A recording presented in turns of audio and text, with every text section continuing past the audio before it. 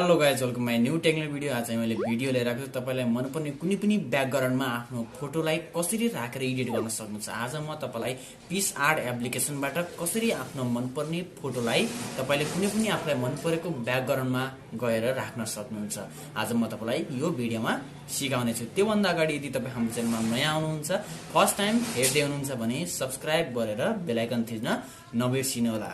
आज म तपाईँलाई स्क्रिन रेकर्डमा सिकाउने छु, तपाईँ स्क्रिन रेकर्डमा हेर्न सक्नुहुन्छ। सुरुमा तपाईँले कुन ब्याकग्राउन्डमा तपाईँले आफ्नो फोटो हाल्न चाहनुहुन्छ, पहिला सुरुमा फर्स्टमा तपाईँले ब्याकग्राउन्ड डाउनलोड गर्नुपर्ने हुन्छ। ब्याकग्राउन्ड डाउनलोड गर्नको लागि तपाईँको मोबाइलको क्रोम ब्राउजर ओपन गर्नुहोला। हेर्न सक्नुहुन्छ यसरी तपाईँले क्रोम ब्राउजर आफ्नो मोबाइलमा कुनै पनि ब्राउजर हुनसक्छ, त्यो ब्राउजर ओपन गर्नुहोला। ओपन गरिसकेपछि तपाईँ यहाँ सर्चमा सर्च गर्न सक्नुहुन्छ, पछाडि ब्लर ब्याकग्राउन्ड भनेर सर्च गर्नुहोला। यसरी सर्च गरिसकेपछि माथि इमेजमा क्लिक गर्नुहोला। तपाईँलाई यहाँमध्ये कुनै पनि ब्याकग्राउन्ड मनपर्छ, तपाईँलाई मनपर्ने कुनै पनि ब्याकग्राउन्ड तपाईँ यहाँबाट डाउनलोड गर्न सक्नुहुन्छ। जस्तै म एउटा ब्याकग्राउन्ड डाउनलोड गरेर देखाएँ, जस्तै हेर्न सक्नुहुन्छ। तपाईलाई जुन ब्याकग्राउन्ड मनपर्छ तपाईँ त्यो ब्याकग्राउन्ड डाउनलोड गर्नुहोला। यसरी हेर्न सक्नुहुन्छ, यसमा क्लिक गर्नुहोला। क्लिक गरिसकेपछि अब तपाईँलाई यो ब्याकग्राउन्ड मन पर्यो, यो ब्याकग्राउन्ड तपाईँले आफ्नो ग्यालेरीमा डाउनलोड गर्नुपर्ने हुन्छ। डाउनलोड गर्नको लागि यसमा क्लिक गर्नुहोला। यसरी क्लिक गरिसकेपछि यहाँ डाउनलोड इमेज भन्ने अप्सन आउँछ, डाउनलोड इमेज गर्नुहोला। यति गरिसकेपछि तपाईँको ग्यालेरीमा यो फोटो डाउनलोड हुनेछ।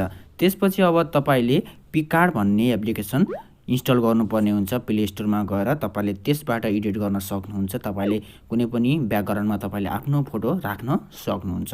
अब तपाईँले आफ्नो मोबाइलमा यदि पिक्सार्ट भन्ने एप्लिकेसन छैन भने इन्स्टल गर्नुहोला। इन्स्टल गरिसकेपछि त्यहाँ चाहिँ तपाईँले लगइन गर्नुपर्ने हुन्छ, लगइन गर्नुहोला। जस्तै म मेरो मोबाइलमा इन्स्टल छ पिक्सार्ट, तपाईँ पनि आफ्नो मोबाइलमा इन्स्टल गर्नुहोला।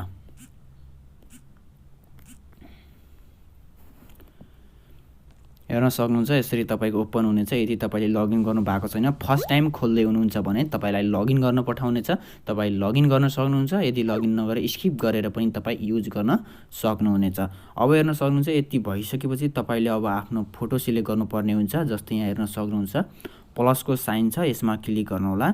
यसमा क्लिक गरिसकेपछि अब हेर्न सक्नुहुन्छ तपाईँले कुन फोटोलाई कट गर्ने, तपाईँले एउटा फोटोलाई क्रप गर्नुपर्ने हुन्छ, जो कि तपाईँले त्यो फोटो पछि ब्याकग्राउन्डमा गएर राख्नुपर्ने हुन्छ। त्यसको लागि तपाईँले आफ्नो एउटा कुनै पनि फोटो चुज गर्नुहोला। जस्तै म एउटा माथि हेर्न सक्नुहुन्छ फोटोमा अल फोटो भन्ने अप्सन छ, यसमा क्लिक गर्नुहोला। यसमा क्लिक गरिसकेपछि एउटा फोटो तपाईँ सिलेक्ट गर्नुहोला। कुन फोटोलाई तपाईँ क्रप गर्नुपर्ने हो त्यो फोटो सिलेक्ट गर्नुहोला। जस्तै मैले सिलेक्ट गरेँ। अब सिलेक्ट गरिसकेपछि अब यो फोटोलाई क्रप गर्नुपर्ने हुन्छ। क्रप गर्नको लागि तल हेर्न सक्नुहुन्छ कटआउट भन्ने एउटा आइकन छ, यसमा क्लिक गर्नुहोला। यसमा क्लिक गरिसकेपछि अब हेर्न सक्नुहुन्छ तपाईँले यहाँ हातले गरेर पनि कटआउट गर्न सक्नुहुन्छ, तर यहाँ अटोमेटिक पनि तपाईँको कटआउट गरिदिनेछ। त्यसको लागि हेर्न सक्नुहुन्छ पर्सन भन्ने एउटा अप्सन छ, यो अप्सनमा क्लिक गर्नुहोला। यति गरिसकेपछि तपाईँको फोटोलाई अटोमेटिक क्रप गरिदिनेछ, जो कि तपाईँलाई पछि सजिलो हुनेछ कुनै पनि ब्याकग्राउन्डमा लगेर राख्नको लागि। अब तपाईँ यसलाई सेभ गर्नुहोला। माथि हेर्न सक्नुहुन्छ सेभ भन्ने अप्सन छ, यसरी सेभ गर्नुहोला। यसरी सेभ गरिसकेपछि तपाईँले फेरि सेभ गर्नुपर्ने हुन्छ। जस्तै माथि यसमा क्लिक गरेर तपाईँले यसलाई यस्तो एडहरू आउँछ, यसलाई चाहिँ क्लोज गरिदिनु होला। त्यसपछि यहाँ हेर्न सक्नुहुन्छ सेभ भन्ने अप्सन छ, यसरी सेभ गरिदिनु होला। फेरि यसलाई क्लोज गरिदिनु होला। हेर्न सक्नुहुन्छ सेभ भइसकेको छ तपाईँको ग्यालेरीमा। अब तपाईँले यसलाई ब्याक गर्नुहोला। यसरी तपाईँ ब्याक गर्नुहोला, डन्ट सेभ गर्नुहोला।